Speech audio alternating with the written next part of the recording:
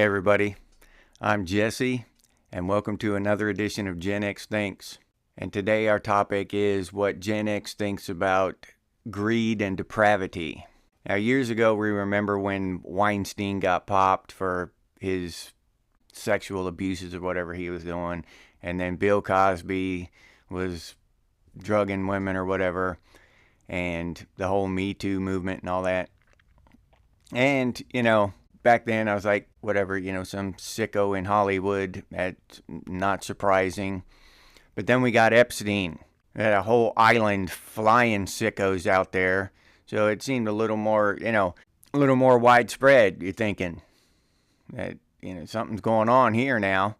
And now we've got Sean Combs throwing depraved parties and stuff, I guess, and 1,000 bottles of baby oil and all this weird stuff. So there seems to be a common thread going through this that is being labeled conspiracy theories and all this. So, but let's discuss it and see where it goes, because I've thought about this before on a grander scheme. And why do celebrities and the rich and all that, why are they sexual perverts? Why are they sexual deviants? What the hell is it about money that makes you want to do weird things? If I had enough money, I'd like to just, take a load off and make sure the bills are paid and stuff. I don't think about, doing all kind of weird shit. I'm not saying that all that stuff is bad, but to that level where you have an island and just for that purpose, I think that there's definitely something going on there that's that's beyond the normal realm of, a little freakiness here and there. So why is it that they never, bust a ring of poor people doing these deviant things? Never. You never see them, oh, we caught an Amish, sex ring, or a bunch of farmers were getting together and doing all this freaky stuff, or a bunch of, rednecks or whoever. So why is it the rich? Why are they always the deviants? Why do they seem evil? Well, if you think about it, when you get to a certain level of prosperity, a certain level of richness, then money really ceases to mean anything. It loses all its meaning. It no longer has that value. And I posted that meme a while ago that money, the value of money, is only in our heads, and that's exactly true. Because when you get to that level, then money loses its value. It's pointless. They don't even worry about it anymore. All right. And to illustrate this, look at your kings and your queens and your presidents and all this. Do you think they go through Amazon shopping for stuff that they want? Oh, I want a new TV. No, I guarantee you they don't. They tell their assistant or whatever their lackey to get them something. If they don't, they're getting tired of the color of their rolls. They don't go talking to these car salesmen and get themselves the rolls. They don't spend 3 hours on the telephone trying to get the rolls they want. They just tell their lackey, I want a red one. I'm getting tired of that gray one. Get me a red one and whatever. And then they forget about it. And a few days later, the red one's out there. Oh yeah, I remember. Good. I like this one. Okay, let's go. The money transfer, the effort, the work that goes into it, all of that, they're completely disassociated from that. Their underlings take care of all that. Their TV breaks or whatever, they don't, you think they're going to sit on hold for 3 hours with whatever place to get it fixed or replaced, or they don't fix stuff anymore, but to get it, to get a new one out here? No. That's why they have assistants and lackeys and underlings, and so they're completely disassociated from the value of products, goods, services, because they don't hold any value in money anymore. They've just got so much of it. I would compare it to us, how much we value dirt. But to go get dirt, we have to go outside and actually dig and expend effort. They don't. It's just there. It's at their beck and call. If we had an assistant we could send out for some dirt, that would be more of an equal comparison. So completely lost their value system there in effort, in our fake ass currency, in production and all that stuff. They've completely disconnected themselves from that. So where does that take them? Now, all of the things that take up our time, paying bills, shopping for stuff, preparing food, all this stuff, none of that takes up any of their time. So now they're bored, all right? Bored out of their mind sometimes. Not always bored. I mean, sometimes they got to fly somewhere to do a whatever, some kind of engagement, or do this or do that. But you're sitting there bored out of your skull, and Sean Combs calls you and tells you he's throwing a party and it's going to be a little freaky. And that's how I think it starts. They'll go over there, maybe get something put in their drink or something, and then get filmed, get caught on tape doing some freaky stuff, and now they're blackmailed. There is just no telling, you know? And then even whether the person is or not, Sean Combs can tell him, hey, the person, here's a copy of this footage, this person's underage, you know, you're going to jail or whatever, you know what I mean? Whether the person is or not, it doesn't matter. Just the chance of it being true would be enough to make the blackmail successful. I think there's a lot of blackmail in this system that they have, and that boredom and that disconnection leads them into this kind of weird, depraved behavior. Sheer boredom.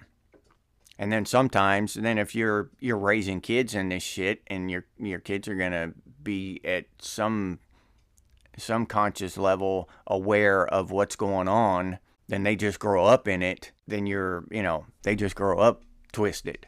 They have no value of effort or money or any of that from a very young age ever in their entire lives. And we all know that Epstein and Combs and all they've got these lists of the people who have participated in this stuff, but the government, FBI, has never made an arrest, never released the list of names. And I saw a thing on there that's why Bill Gates' wife divorced him, was because he was tight with Epstein. And the more she thought about it, she just got sick. She didn't want to have anything to do with him palling around with that Epstein guy. So she divorced his ass. But the government hides these, and we know that these people are just walking around there living glamorous lives, and they're sick and twisted, and no telling what is happening with the ages of these people that are being victimized by the elite. I don't know. They've never produced any list of victims and their ages or any of that, so that's hard to speculate on that too. Nothing would surprise me at this point. And for our government to hide that information from us is criminal. I mean criminal. We are the USA. We are America, not our government. Our government is committing acts of treason against us. And that's the truth. They have us twisted, our minds twisted into believing that we, like Edward Snowden, can commit acts of treason against the government. That's not even possible. The government is not the United States. The people are the United States. We, the people.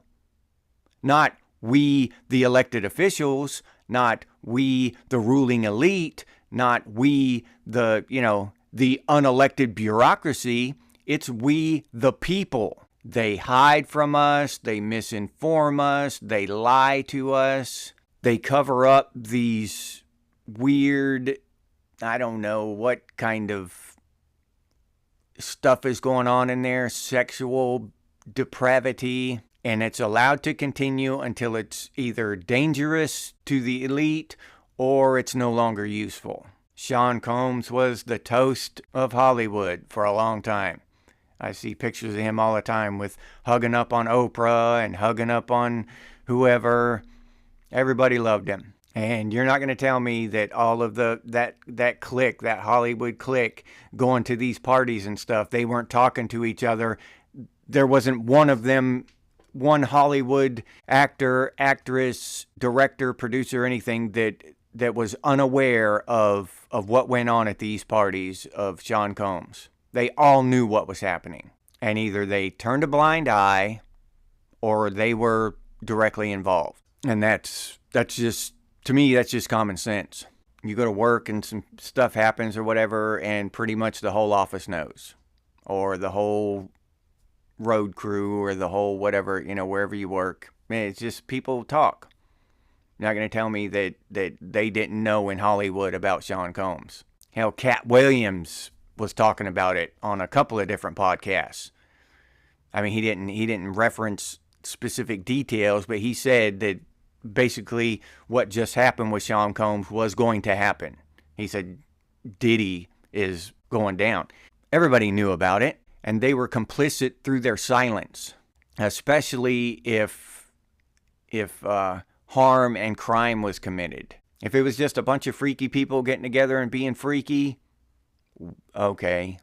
But if there was crimes committed, blackmail, and any other sexual crimes you can think of, any of that stuff, then that's pure evil. And it should have been stopped. It should have been called out. But when someone does call it out, like Mel Gibson or whoever, then they get canceled, they get blackballed, they get shunned. Then people like us out here looking at it, we just don't see Mel Gibson anymore. He used to be the toast of Hollywood. He used to be the big guy on the block. But his story's a little different because he got that DUI and stuff back in the day, and that his career went sideways since then. But what else was going on along with that DUI behind the scenes, we don't know. Now he's out being vocal about this human trafficking thing. Better late than never, I guess.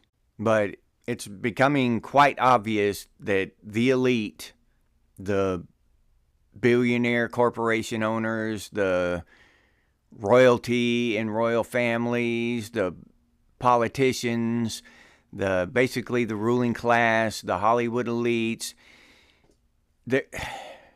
almost all of them are turning out to be straight up evil.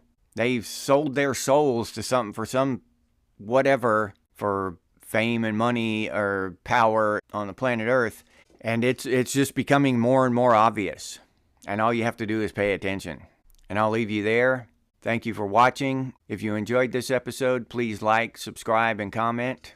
Let me know your thoughts on the subject. Maybe you've heard something that I haven't. Maybe you're aware of something that I'm not aware of. So put those down in the comments for me, please. I'm very interested to know. If you'd like to support the channel, you can do so by clicking on that super thanks button down there. Thank you for that. I sincerely appreciate it. Or you can buy me a cup of coffee by heading over to Buy Me a Cup of Coffee. I'll put that link down in the description. Also, if you're interested in Gen X gear, we have some cool stuff over there at Redbubble. If you're interested, I'll put that link down in the description too. We've got t-shirts, hats, stickers, mugs, all kinds of cool stuff over there. Gen X and Gen X Thinks branded stuff.